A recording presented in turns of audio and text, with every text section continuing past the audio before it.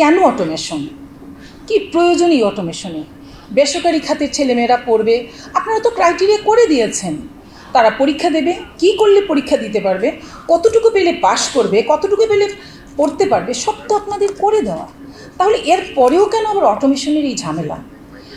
ছেলেমেয়েরা তাদের ইচ্ছামতো টাকা দিয়ে যদি যোগ্যতা থাকে পাশ করে ভর্তি হবে।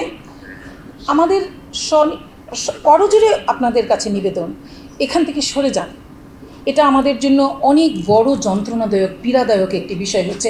আপনি প্রত্যেকটি মানুষকে এখানে দেখেন, আজকে আপনি আসবেন বলে, নাজমুল ভাই আসবেন বলে, আমাদের সাইফুল ভাইরা ওনারা আসবেন বলে আমাদের এই সমস্ত মেডিকেল কলেজ পুরো বাংলাদেশ থেকে ভেঙে পড়েছে, শুধু আপনাদের মুখের দুটো কথা শুনবে বলে, আপনাদের কাছে আশ্বাস পাবে বলে, আশ্বস্ত হবে বলে। আমরা শত শত কোটি টাকা ইনভেস্টমেন্ট করে আমাদেরকে দিনের পর দিন অপেক্ষা করতে হয়।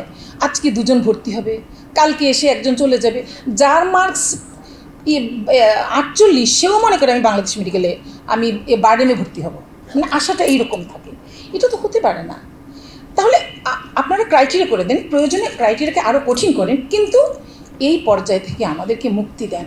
আপনি আমাদেরকে আপনার পাশে রাখেন, আপনি আমার অন্য চোখে দেখবেন না, মানে সরকারি এবং বেসরকারি দুটোকে একই চোখে দেখেন। আমরা যেন সব ছেলে না হই আপনার, আমরা যেন আপনার আপন প্রাতিষ্ঠানিক রূপ পেয়েছে।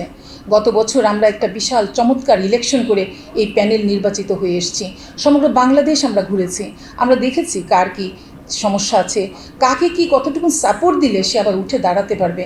আমরা আশা করব মন্ত্রী মহোদয়, আপনি জনমানুষের নেতা, আপনি মাটি থেকে উঠে এসেছেন, আপনি নিশ্চয়ই আমাদের সেই সমস্যাগুলি বুঝবেন, আমাদেরকে আপনার কাছে ডেকে নেবেন এবং আমাদের সমস্যাগুলি শুনে খুব দ্রুততম সম্ভব সময়ে এগুলোর সমাধান করে দেবেন। আমি একটা কথা বলি, শুধু শেষ করব। এই কথাটা আমি পেয়েছি এক জায়গায়, যে what is right is not always popular and what is popular is not always right.